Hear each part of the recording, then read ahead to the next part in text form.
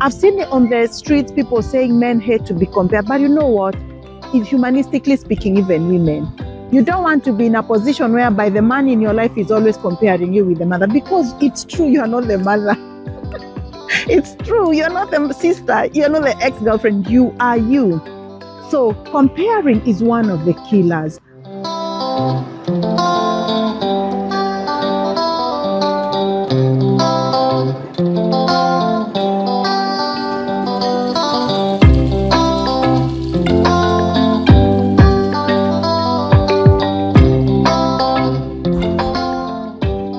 Hi everyone, Karaoke friends and family. Today we are going to have another video as usual on live conversation, and we'll be discussing about 7 points that are so disgusting that kill a relationship. 7 disgusting behaviors that destroy a relationship. And when we start this, we need to look at it from any kind of a relationship, even the strongest one. It could be a new relationship that has just started. It could be even a very long kind of a relationship. These 7 behaviors might bring a relationship to a dead end because they are really disgusting, they are really nasty, they are really sickening and annoying to the person in that relationship. One of the disgusting behaviors is complaining. Complaining is so disgusting because it's complaining above everything. It's about nothing. It's about, people who can never be satisfied. They'll be complaining about everything, which is very frustrating. When you call them, they will be complaining why you call them, why you didn't call them yesterday. When you call them, they'll be complaining why you didn't call them in the morning, you're calling them in the evening. When you call them, they'll even ask you, why are you calling me once a day instead of 3 times a day? Complaining usually just drains energy. It's one of the disgusting behaviors. It really drains a relationship because you feel like you're not even appreciated. Let's watch out for this. This is one of the bad behaviors. Number 2, that is also a disgusting behavior, is comparison. Comparison is whereby one of the partners or one of the persons involved in a relationship is not contented, is always comparing the other person. For example, if it is like a man, you'd always be comparing your current girlfriend or wife or the person you're relating with maybe your previous ones. You'll be telling them things like, I wish you were a little bit taller like my ex-girlfriend. I wish you are a little bit more behaving like my mother. I wish you cook better like my mother. I wish you like my sister. So this is one of the things that are really annoying and disgusting behavior. If your mate keeps on being compared, they feel like they are losing their space. They feel like they are not even enjoying. They feel like they are living in a shadow of someone else. Even for ladies, a disgusting behavior of comparison is like always telling your man, maybe they are not as good as your brother, they are not as good as your father, or they are not as good as your ex. Actually, it's a killer.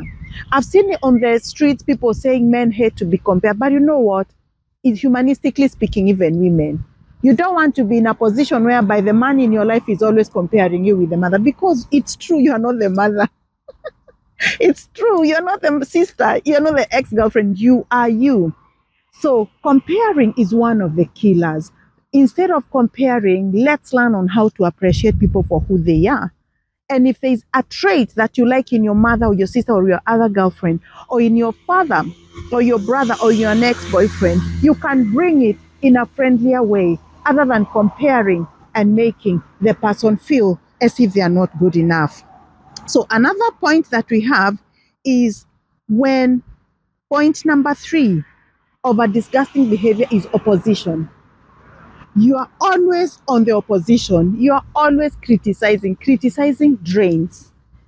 There is nothing good that you see from this person.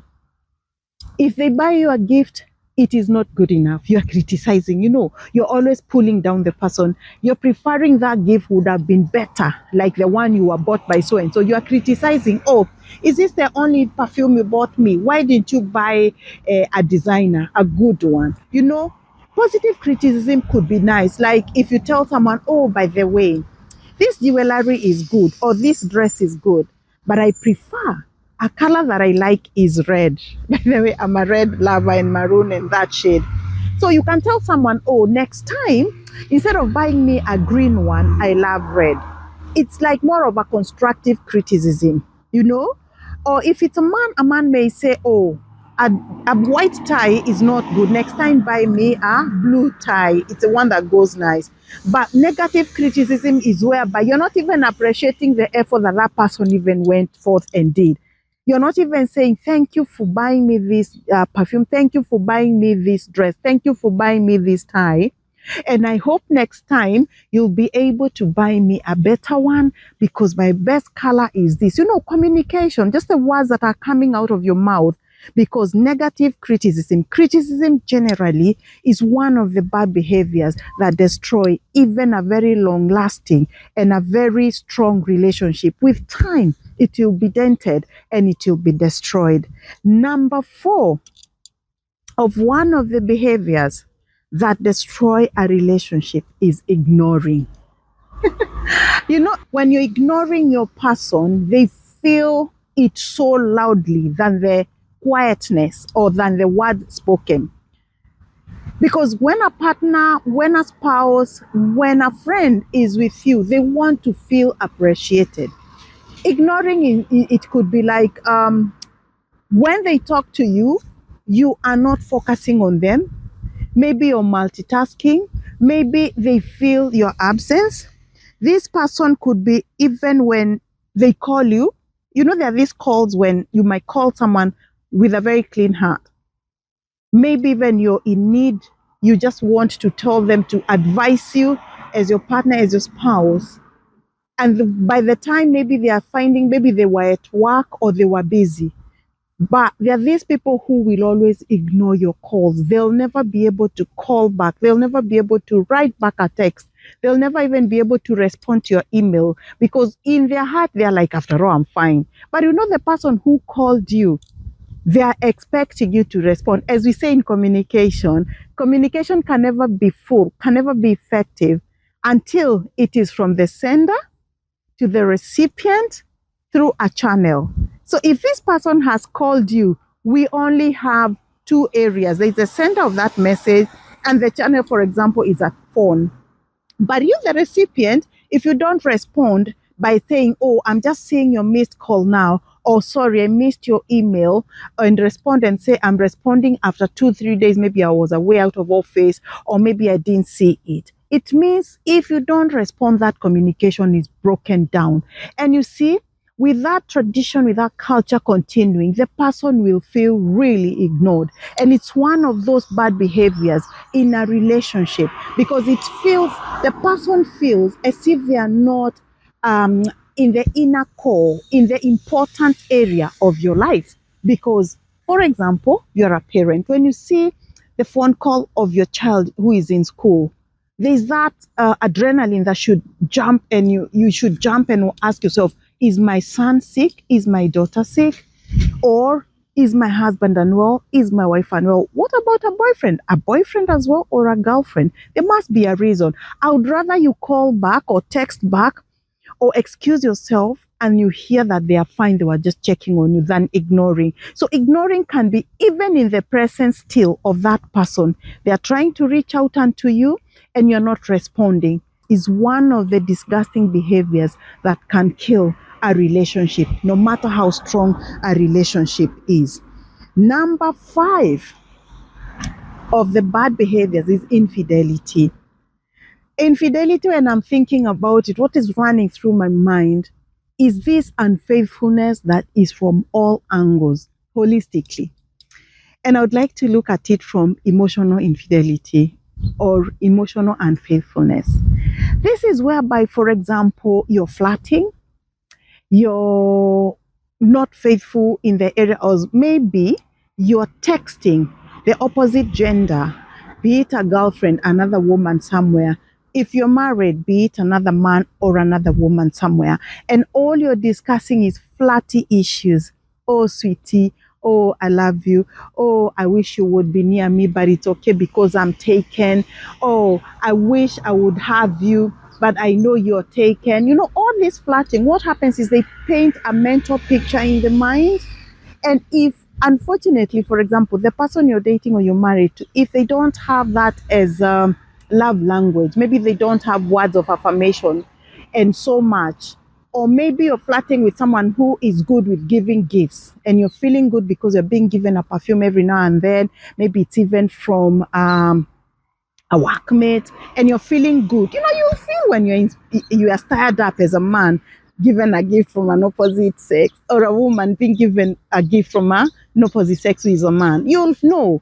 But there's this just friendship that is casual, even from an opposite sex, you will know. So we are talking about these ones that stir your emotions in a romantic way. That is cheating, and that is infidelity. And no wonder you see sometimes when these things happen, you'll find people starting now to sneak into someone's phone, sneak into someone's email just to check what is happening. And this is one of those behaviors that I look at it as there must be something that has triggered. There must be, imagine now you are more worried of, other than building your relationship, you're more worried of checking on someone's email, checking on someone's phone, checking. I think to me, I usually find it's very burdensome. It's very burdensome. So once you're triggered and you're already starting to think about someone is cheating, flirting, it's one of the bad things, infidelity, emotionally, and that flirting. And actually it goes together with psychologically. Because when you're with your person, your person meaning your boyfriend, your girlfriend, your wife, your husband, when you're with them and your mind is not getting off the hook from that other man, from that other woman, that is cheating. No matter how you want to bring your presence with your significant other, but your mind is already cheating because you're thinking, oh, I wish this was John, or I wish this was Mary. It means that is psychological cheating.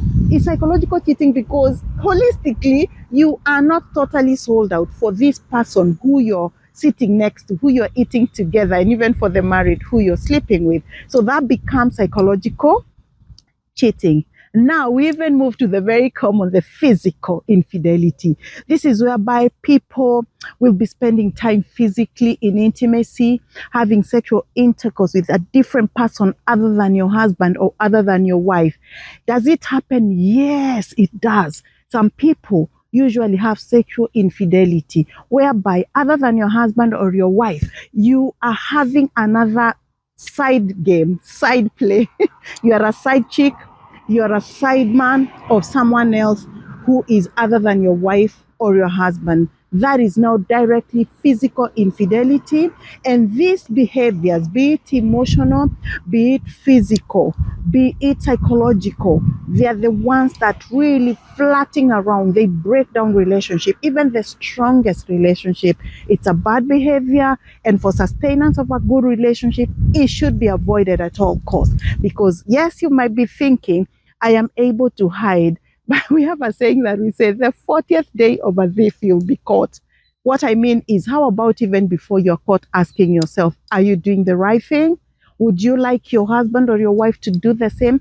Be seeing someone else, even boyfriend, girlfriends, remain faithful to one. If you continue flirting and cheating, being unfaithful, one day it's going to bring down even a so committed relationship. So we are still looking at the behaviors that bring down relationship. Number 6 of the bad behaviors that can bring down or bring a relationship to an end is arguments. Arguments are really draining. They are draining in this perspective. You'll be arguing, you'll be talking about it, you'll be volatile. And the Bible says, in the books of Proverbs, in the presence of many words, sin is not absent. In the midst of those arguments, there'll come some words. These words will be words that are not very, very good. There'll be words that are pulling down each other because you're angry. And that is when sin is present, because you'll find yourself, you're calling someone a fool, stupid, and any other word, and bring them down. Look at the way you look. I don't like your face. I don't, in the presence of many words, sin is not absent. And another thing, Once words come out of the mouth, they can never be retrieved. You cannot say, oh, let me take it back. Assume I never called you a foolish man. Assume I never called you a foolish woman. Once the words come out, yes, you might want to say sorry. You will apologize. You will be sorry for that. But once words come out, you can never take them back. So we'd rather be careful. And that is why I'm saying this issue of arguments, may God help us to have one who is more emotionally intelligent, who can be able to stop it by not fueling the argument, by wanting to settle down. Because once your partner, once your girlfriend, your boyfriend, or once even your father, mother is bringing it up. Because remember, when you're talking about relationships, we even have parental and children relationship. So when a child is being corrected by the parents and they are bringing it up with arguments, the parents really feel being looked down. The child also, who is talking to the parents, and parents are always arguing, it brings bad blood. As a couple, a husband and a wife who are always arguing, it brings fatigue. It brings tiredness. It takes away, it's like taking away a little chip of love and warmth in that marriage or in that relationship. But remember, even as we normally say, even people from the same DNA, from the same father and the same mother, they see things from a different perspective. My suggestion looking at it is when your husband is bringing out a point, be it of caution, be it of alertness, the best way is as a wife, as a husband, stop, be still, think about it. Remember, it is being portrayed in love. Because if you're not in love, why are you together, isn't it? So it's being portrayed in love. Just pause down, calm down and ask yourself, why is my husband telling me nowadays I'm argumentative? Or why is my wife telling me nowadays I'm an angry husband? Or why are my children telling me, Daddy, you shout too much at us? Or Mommy, you seem an irritable mother nowadays? Because imagine these are the people who are in the confinements of love. They know you. You've lived with them. They are able to say when you're in pain, when you're tired, when you're unhappy, when you're shouting, when you're changing. Even when you're broke, some of us, our children will know. That's the time we don't want to hear about even buy me a lollipop or buy me anything or take me for swimming or do anything. You'll find yourself, you're projecting your voice. So when your significant person who knows you is telling you, please nowadays slow down, you didn't even understand what I'm saying, you're shouting too much. It's a time to take your stock, sit down, watch yourself, because it is true. Arguments really bring discontention. And when this happens, it's one of the bad behaviors that can bring down or bring some coldness or bring even a very good relationship to an end. Point number 7 that we are going to look at unto today, they are not in matter of significance. It's just the points that are coming to us. Points we are just sharing. It doesn't mean a number 1 is more important than a number 7 and vice versa. It's just points coming through. The last one we are going to be looking at today is technology. Hey, we are living in the times of technology. And this technology, I think it can only be more. I remember when we were back days when Facebook was starting, I can't even remember which year, but when social media was starting, with things like Facebook, people were being scared. People were saying, this is where you'll be scammed. These things are not real. Especially like Christians, sometimes when we don't understand, we start seeing everything as if it's the devil. There was a lot of, this devil has come in Facebook again. Yeah, there was a lot of being scared and a lot of not knowing what to do and suspecting. Then we went like that. I think emails also started becoming very, very famous. Emails basically actually were being seen as if they are formal, just very official when you're looking for a job or when a very formal conversation was coming. But nowadays, even friends, they arrange meetings with emails, Then we started going like that. We went to YouTube is now having a lot of conversations and talking. We are having TikTok, we are having Instagram. There is so many types of reels, we are having the reels, and this one is cutting across all ages now. So we can't say it's only to the young. Even the old ones are starting to socialize with the world. The world is becoming a global market. Like, hey, have you subscribed in Karaoke Moments? Please do. This is one of the technology things, but it should not be a bad manners. You need to only watch when you're able to converse with your family, because technology is of good time, and I think it can only get complex as the world continues to evolve. I think we are still going to have more and more coming up. But why does technology become a bad manners that can endanger relationship? It is the misuse of it. How are you using your text? As we said the point before, flirting. Are you flirting? Are you using it? Because these technologies, we can even do exams using the same technologies. We have Zoom, we have Skype, we have those things that we can be able even to arrange meetings using Skype, using Google Hangs, so many things. So technology is not per se bad. What is bad is the misuse part of it. For example, it's family time, maybe it's dinner time, maybe you want to talk, and you'll see when you're seated, everybody is on their gadget. Or maybe you visit your grandparents, or you visit your friends, or even you visit a sick person. Imagine, instead of you comforting them in their sickness, or even a mourning one, a family that is mourning, or people who are mourning, you are on your phone. You feel like 1 minute you can't last without your phone. This is where now it becomes a bad manners. Your child is talking to you, you can't keep it down. This becomes a bad behavior that can ruin even a good relationship. Okay, your husband is talking to you, your wife is talking to you, you are on your phone, or even you're glued on your TV. Am I saying we shouldn't use? We should. For example, it's football time and your husband wants to spend time with him. That is not the time you want to be budgeting for school fees and the bills of the house. No, let him watch. After that, you can be able to just, after he finishes, then you have your time. But how about he has watched football, he wants to go to Facebook, he wants to continue, it's 11, everybody is tired. You see, it's eating away and stealing family time. So it becomes a disadvantage. How about women? We're also good with that. We are watching our fashion shows. We know ourselves. We are watching maybe soap operas and all the movies and everything. And that is the time maybe your husband is wanting some attention. So it's going to be a disadvantage. That is why I'm saying technology is good. It's here to be with us. And I think it's going to continue even becoming more complex. It's you to be very emotionally intelligent and be able to say no. So as we have looked at those 7 behaviors that are disadvantage, or 7 behaviors that can bring even a relationship to an end, I want to encourage you, continue sharing our videos. Are you a subscriber at Karaoke Moments? If you are not, please subscribe, share, comment, continue guiding us and telling us what you would like us. And by the way, you're not empty. Hey, comment, let us hear your thoughts. We love you, and we continue having our life conversations, because as we say, life is a journey, walk in it. Till next time, see you and God bless. Bye.